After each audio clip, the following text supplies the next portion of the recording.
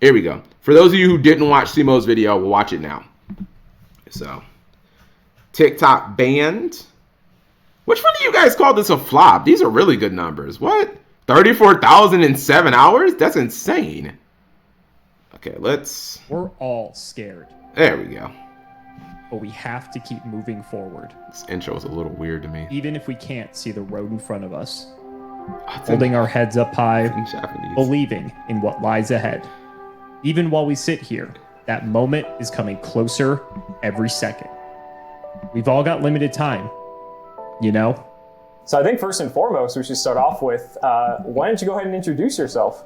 Okay, I'm Tyler Gressley. A lot of people know me as Tyler the Great Warrior, which actually Yu-Gi-Oh! Chose that name. Oh, they're in Texas. They let me create the entire card, but they had a surprise for the name and they chose that. The fact that he also has this too. Yeah.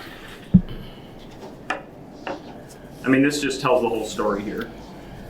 Didn't expect to know. I mean, what do you guys want? This is what he drew when he was in the stop. hospital. And this is the final rendering, I think.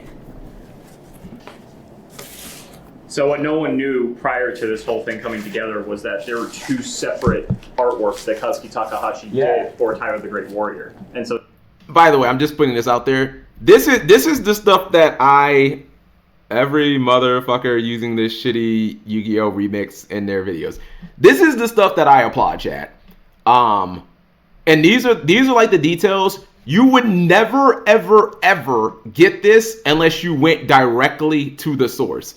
Like if someone doesn't reach out to Tyler Gressley, excuse me. I always thought it was Gressel, but apparently, if no one reached out to Tyler Gressley personally, you'd never know this detail. That there were two artworks for this card, chat. so Tyler That's had to like pick that's which crazy. artwork it was.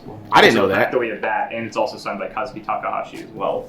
Yeah, It's apparently just- Takahashi I was signed the geeking card. out when they were pretty showing. I'm like, cool. this is unbelievable. This is the part of the story that no one's ever heard before. Yeah. So we just big. Why didn't he Trunks talk to fan? the artist? Is that okay? Yeah, I was like, dude, that's just Future Trunks on the card. It's like, it's so awesome. Walk him through it. My journey really started in 2001. I was initially diagnosed with undifferentiated sarcoma of the liver, which is an extremely rare cancer. I was told at the time when I was diagnosed that there was on average about 200 known cases that they had ever seen in the United States of it. Eventually, they told me about Make-A-Wish. At the time, I really loved playing Yu-Gi-Oh! So I told them I wanted to make this, and they flew us out to New York, my dad and I. They introduced me to the artist. They introduced me to different voices pictures of the Yu-Gi-Oh! Show. I got to watch the pressing of the card, took the picture with it, and got to go home with it. They contacted me, and first thing I wanted was a Porsche, but I wasn't old enough. So they said, if you were 16, yeah, sure, we'd make it happen, but because you can't drive, you can't have one. So after tossing some ideas around and stuff, this is what came up, and I drew this. Always been inspired by Dragon Ball Z and stuff. I loved Yu-Gi-Oh! So much, so I was like, man, I can. I'm glad he's alive too. too. I can do whatever I want, you know. So I just combined my two favorite pastimes at the time. So Yeah, my 12-year-old self highly agrees with that. This is fantastic. So what do you remember from the initial stages of the Make-A-Wish process? So I remember at the beginning of the Make-A-Wish process, two Make-A-Wish representatives coming in, introducing themselves, saying, hey, kind of explaining the process to me. And then, honestly, on such big wishes, they kind of really honed in on that. You gotta be patient. This is gonna take a lot of work. We're gonna have to make a lot of phone calls. We will touch base anytime we get any updates. To me, at the time, it seemed like it took forever, but it really didn't take all that long. To be honest with you, I don't remember offhand. I don't remember the two girls who helped, the two representatives who helped get me started before we went to New York and did all this stuff. I'm glad we were able to all assemble here today. This was crazy. My name is Sophia Morton. I am the Senior Director of Mission Discovery with Make-A-Wish Ohio, Kentucky, and Indiana. We're She's the largest fine. chapter in the country, God, stop. but there's about 53 chapters across the country who help support children with critical illnesses. What I know about Tyler and the card is that about 18 years ago, I believe it was 2004, 2005, we got the request from a young boy at the time who wanted a wish to design his own Yu-Gi-Oh card. And Yu-Gi-Oh! I remember thinking, I have Pog. no idea what he's talking about. So we went in a little blind. It was one of the first requests like that we had gotten. So we really didn't know what the outcome would be. Obviously, years later, it's been an amazing experience, and I think one that still lives with Tyler and his family. Out of all of the wishes you've ever granted through the Make-A-Wish Foundation, where does this rate in terms of how out there or bizarre or memorable that this one was? So I've seen a lot, but I would have to say out of all of the out there wishes that I've experienced, this is probably in the top 10. We know this wasn't actually Tyler's first request for Make-A-Wish. You want a Do Porsche? you remember what some of his other asks were? I will have to say that I do not remember what Tyler's first asks were at that time. It's almost over. Jeez. Kind of landed on this. We went running with it. In retrospect, and you can be honest, do you still wish you got the Porsche?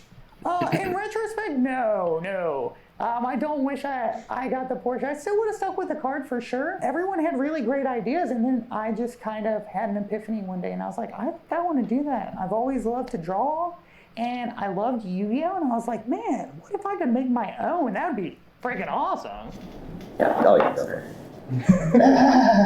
So curious, when they first approached you guys about this, what did you guys think? What was your first thing that came? Dude, I was like, we absolutely need to get them here no matter what. I was like, dude. Because this is the holy grail. Oh, 100%. Yeah. For Yu-Gi-Oh! Yeah. Should have gotten the Lambo. Yeah, it's so cool. I never thought I would see this. Not a I'm an Lambo, old it's a school Porsche. Yu-Gi-Oh! So I was just like, oh, wait. I wonder if they could have got a Lambo. So like, I'm curious. I don't know if you know, or I'm curious. Like, when they printed it, was it just on this one sheet? Because I'm pretty interested in the production on it. So They just made the one, cut it out, put it 1,000 shares of directly Apple. into the case. No one, as far as I know, no He'd be one's touched rich. it with their bare hands. gotcha. No, that's an awesome card, man. Wow. I know a family If any member's other got questions a about the story, feel free to ask him. We already like all interviewed thing months ago. So walk us through the first steps of creating the card. You decided you wanted to make the card. You had some of the initial rough drafts concept art. You had the boxer guy first initially. And What then the slowly moved Kiva? on to you had the boxer guy first. What the Kiva? I didn't see this one. I guess I watched it on my phone and I couldn't actually tell. This was what the card could have originally looked like, chat. Interesting. This is I don't know what this is. He was 9. He's 11. Initially, and then Whatever. it slowly moved on to the Tyler the Great Warrior as we know what it is now. The airwaves kind of went silent for a little while. They said the next steps is we'll take you up and have you talk to the artist. When I went to New York, that's when they were kind of ready. They were like, hey, we have this concept art and stuff. Well, they said, does this one or this one look good to you? Hold on. This is insane. Hold on. I know you guys can. Look at that.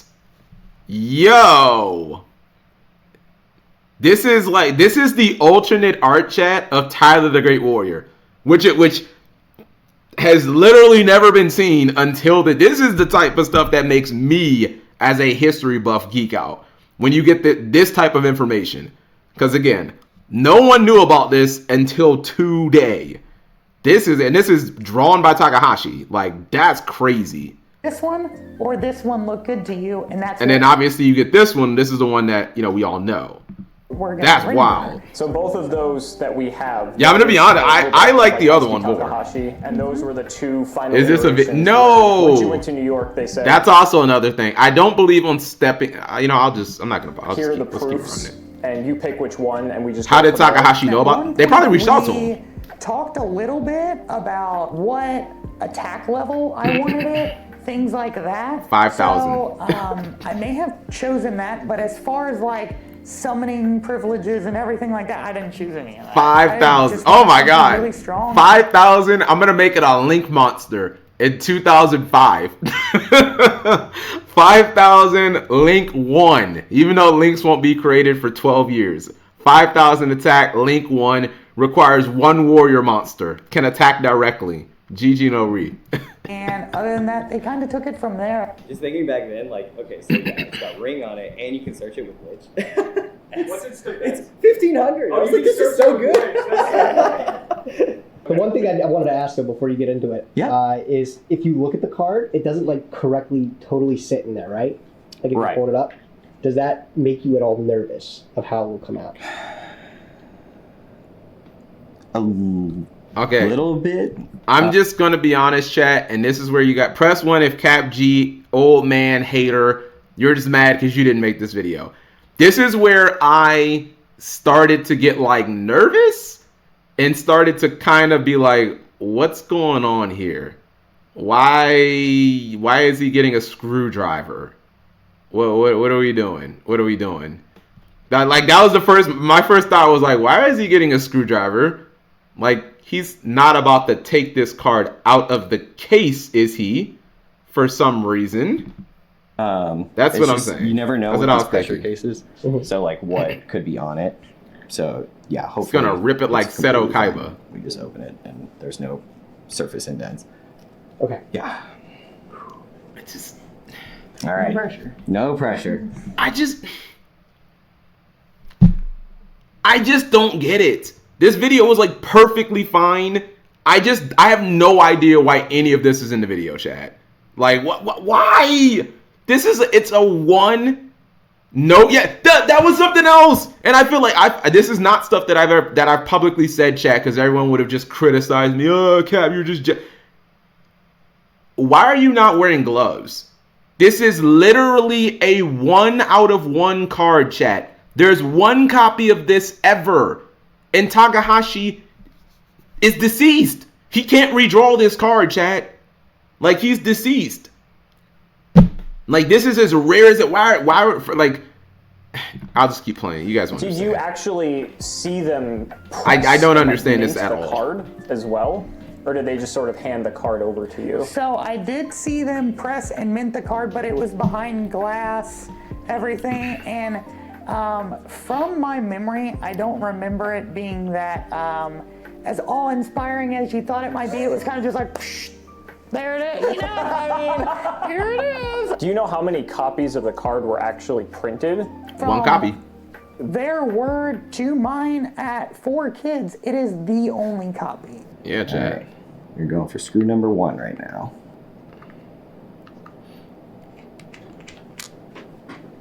Look, I'm not gonna poison the well, chat. I'm just gonna ask: do you guys think that they should have done this? Do you guys think they should have did this? Yes or no, chat? Just tell me in the chat. And then this. I'm sorry. Like, wait. Go back. Okay, so this comes off. Go back, bro. I can't believe he's not wearing gloves. I don't understand. How is this even capitalism ruling?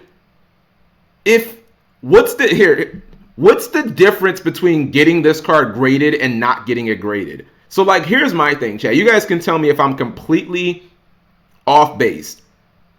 This card is above getting graded. It's a 1 out of... It's not even just like a 1 out of 1 or something that's like, oh, it's a Worlds card, like, or a YCS prize card. This is a fucking 1 out of 1 that is arguably the most legendary Yu-Gi-Oh card in existence. This is above Beckett. This is above your shitty grading system. We do not grade this card. It's beneath this card's dignity to get graded, chat.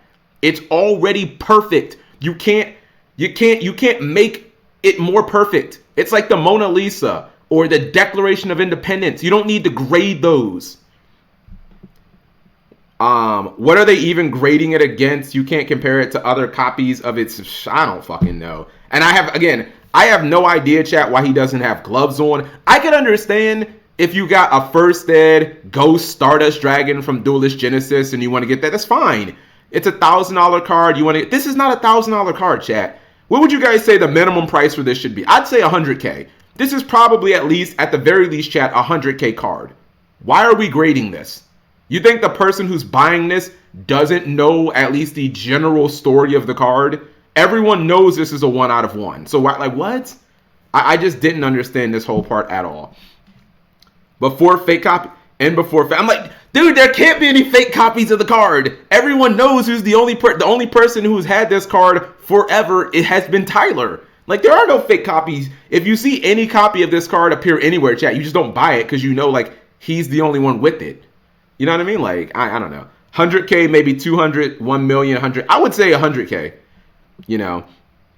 Who the fuck is the guy? As far as I know, this guy is just some random employee who works at, like, Beckett. You know what I mean? But, like, this is the thing. This is chat. I'm just.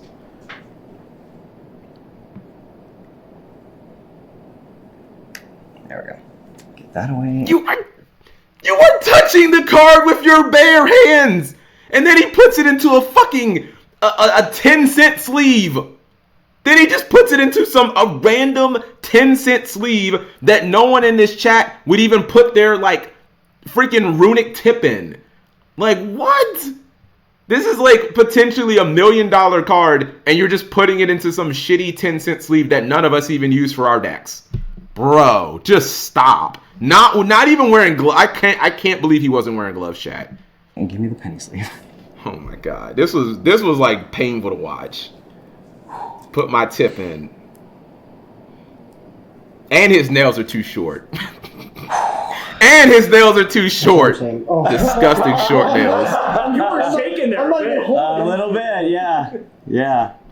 Here, Tyler, you want Bro, this is half of the video. Does it get even worse? No, I'm not saying, like, all I'm saying is I just thought this entire grading part of the video was completely unnecessary, and I don't understand what purpose it serves. Now, I don't think Simo was like, yo, let's get it graded. I think that was Tyler's idea because Tyler wants to sell the card. I just don't understand why he would want to get it graded, chat. Like, is it going to make the card worth more or less? Every person who has the capital to buy this card, chat, knows that it's a 1 out of 1. And the condition of the card can't be, like, diminished because it's been in the effing case the entire... Unless you think Tyler's been taking it out of the case and putting it back on. Like, what? Grading it serves no purpose. That's my point, you know? Because it's part of the future of the card.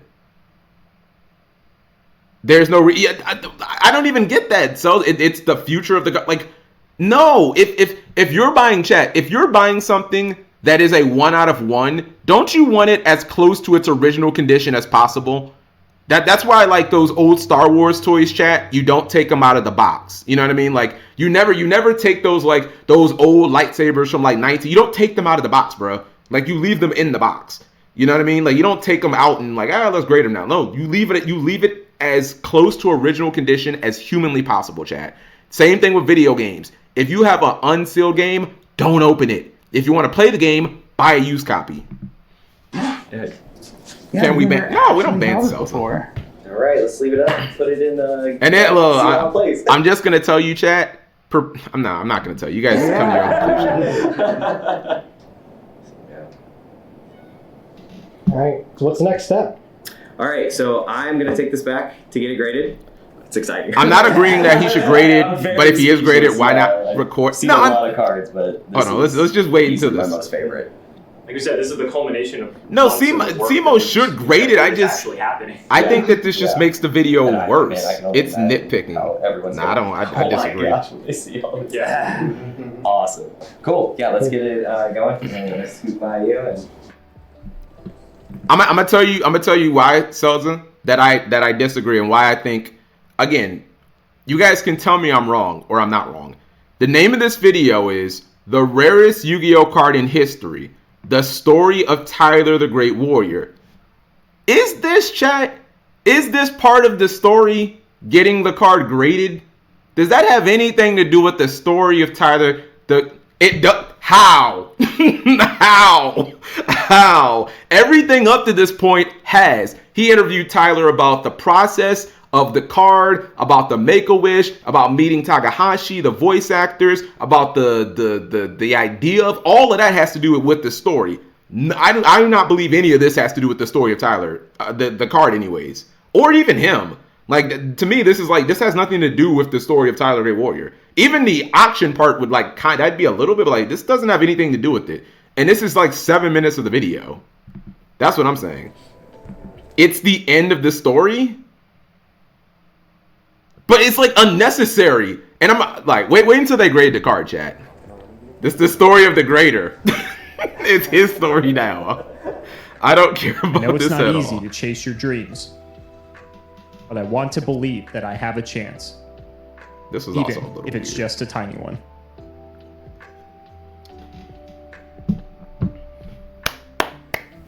I do like putting Takahashi All right, in the guys, video. we're back. What do we think of grading? I don't know, man. I like to be optimistic. I really want the black label, but I'm gonna be conservative. I'm gonna say it's a 9.5. 10. Chat, what did it grade after all the anticipation? I'm also going to say a 10. I believe it got a 10, chat. I believe it. What do you guys think? Inspiration. It's inspirational. It's an inspirational video, so it got a 10. Duh. I would like the black label, Yes. so I'm just going to be optimistic. I'll say 10. Yes, it got a 10, Sima. Let's if you go. want to just give the rundown, actually, too, about what are some of the things that you look at when you're grading. So when we are grading, we grade off of 4 categories. So the centering, corners, edges, and the surface of the card. So centering is obviously how well the picture itself is centered on the card. 7.9, no Corners gloves. is, 4 corners on No it, gloves and out of 10. whether or not there's any whitening, bends, any sort of other weird damage that may show up. Edges is just all 4 edges. And then the surface is the entirety of the card. So we're looking for like if there's any scratching, creasing, or any sort of I like that hoodie. That hoodie's kind of dope. And then, so we ended up with a near mint 7. So we had a 9.5 on our, I'm reading back upside down. 9.5 on the centering, 8 on the corners, 8.5 on the edges, and then a 6 on the surface. Bro, I'm sorry, chat. I don't know how everybody. This was so deflating. They just gave the rarest Yu-Gi-Oh card in existence a fucking 7. Like, as a member of the community, I'm sorry. I just feel insulted. This would be like if, I don't know, like you see a TikToker and they're like, yeah, Mona Lisa. The boomers call it like a modern masterpiece. It's like a 5. It's kind of mid. It's kind of mid. Or it's like a 6. It's not bad. It's not terrible. It's like a 6. It's not bad. You're looking at the rarest Yu-Gi-Oh card in history. So I do not believe Chad, am I looking into this too deep? The reason that I'm not is because I keep things into context. This is not a normal card. It's just a... Okay. You just took the allure of the rarest card ever and just said, it's not even actually in that great of a shape. This is decent. I mean, a 7's not what's it called. No. It's not even about it being worth less money. It's just like, it's beneath this card's dignity to get a 7, Chad. Do you guys understand what I'm saying? Like, who is Beckett to even grade this card? It's a 1 out of 1. It's ultimately irrelevant, but it's dumb. No. I don't think it's going to massively affect the price at all. I just don't like, if I was Tyler, I would just kind of feel insulted because it's like, I have a 1 out of 1. Like, who are you to give this card a 7? You know what I mean? It hasn't been tampered with. It hasn't been... We'll keep going. So where was the majority? Who is back at the even... That's how I feel. I feel like, who are you to even touch this card? You know what I mean? This is a 1... Now, maybe they've done something like this with Magic Chat. I've heard about, like, the... What's the card in Magic Chat? Is it Black Rose? The Black Rose or something like that? But I feel like there are more than those. You know what I mean? If they've done this with Magic where they've graded, like, the most rare Magic card ever... Black Lotus, excuse me. I could kind of understand. It's like finding a rare diamond and give it... it's not even a rare. It'd be like finding the only diamond, because this is not a rare card, chat. It's the rarest card. Like if Yu-Gi-Oh was real, you know how there's only 3 blue eyes in the anime? It'd be like if Kaiba got a grade and they were like, I'll give it a 5. It's like, do you understand there are only 3 of these on the fucking planet, dude? There's 3 of these on the planet. Anyways. Majority of the pressure you said on the top of it? Disagrees with me. He should be. I didn't say that. Along right here, you can actually see a crease going through it. Do you see what I'm saying? On that corner. Yeah, and that's gonna crush your surface. Then they tell him there's a crease in the card.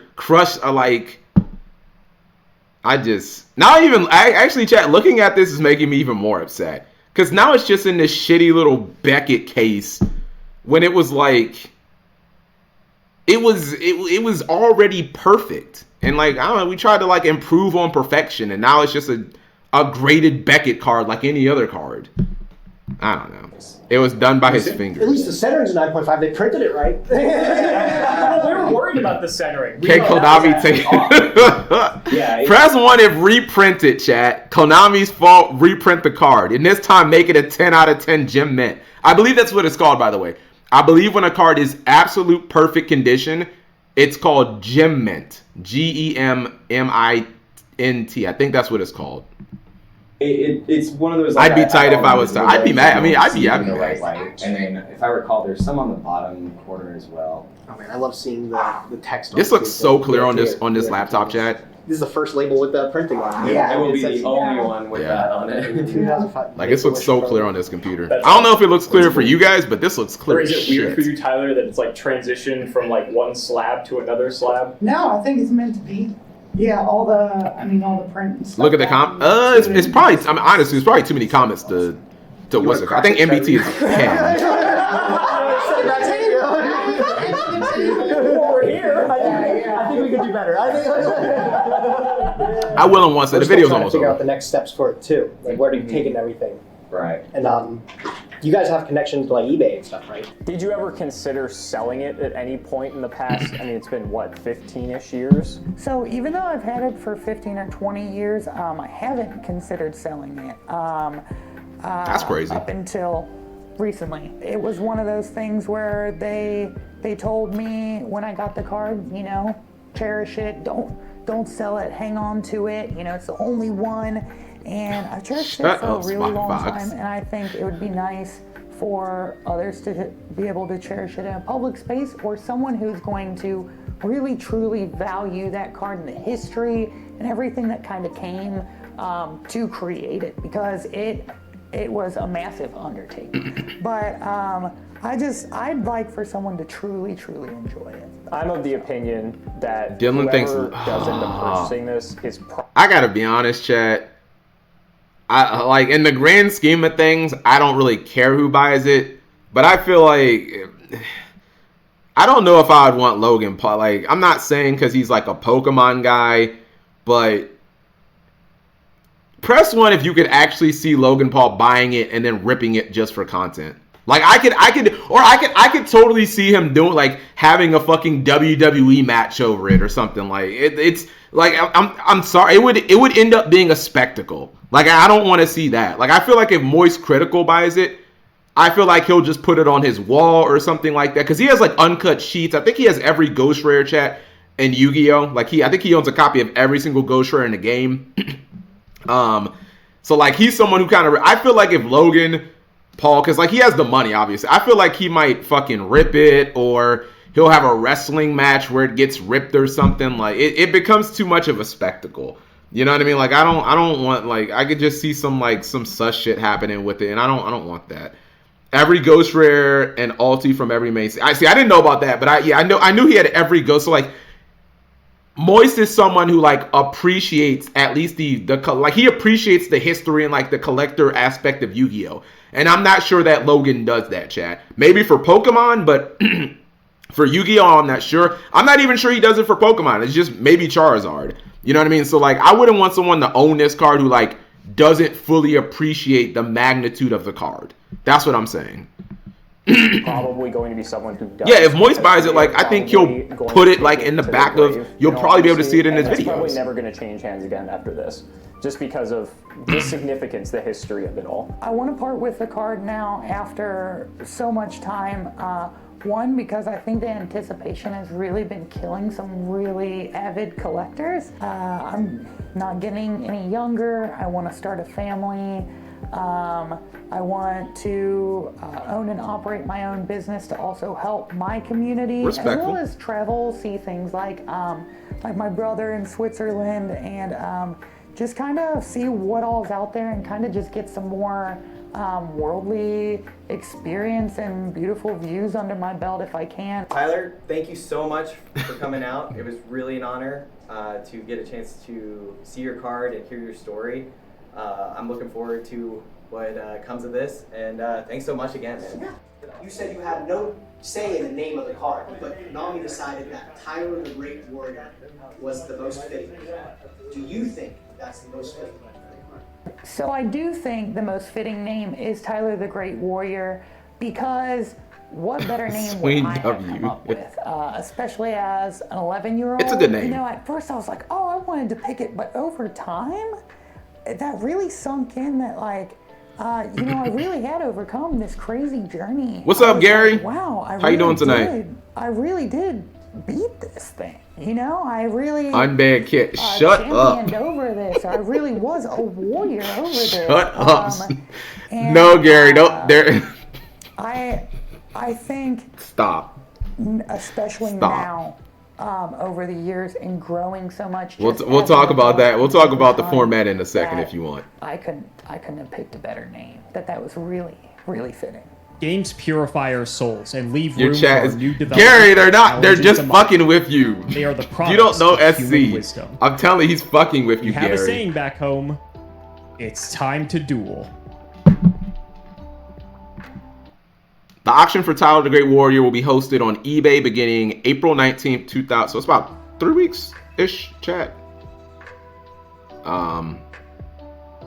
Once the auction is live, links will be posted in the description for this video. So I even have by the way, I have no problem with Tyler selling the card, chat, especially because what he said was like, hey, I want this to fund my dreams, basically. I think he's about 26, 27-ish, chat. Like, if it's $1 million, who wouldn't want $1 million? You know what I mean? This is just, I'm throwing out a number, but that could be enough money for him to start a business, buy a house, buy a car, basically be financially set for a significant amount of time. You know what I mean?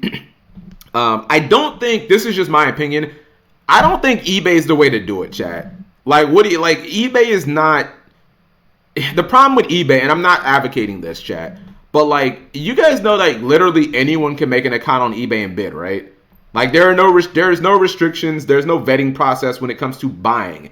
It's only when it comes to selling. So like, I could just see it being a shit show, chat. Like, I could see some 13-year-old kid being like, I'm gonna bid $4 million and just not paying. And then it's just like, okay, now you gotta relist it. And now you gotta, and what if that happens multiple, like, just find someone with money.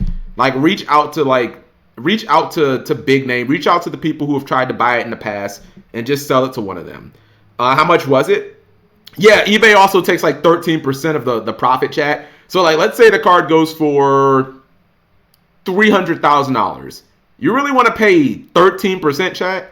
You want to pay someone 13% on 300 grand? I don't. Like, I don't know about you guys. I don't. That's, what is that, 40 grand, I think, that you'd be paying to eBay? Let alone shipping, which I wouldn't even ship the card. I'd literally fly to the person and do the transaction in person at that point. Like, no, forget scammers. Because, like, again, I'm not shipping a $300,000 card to you. I'm going, if you live in Houston, Texas, I'm flying to Texas. I'll just pay $300-400. I'll fly to you and meet you in person, and we will do it, like, we'll broker the deal in person. I'll have you, like, notarize that you received the card and everything, that it's real. But there's no way that I'm, like, shipping it in the mail. There's not enough money to cover that. Anyway.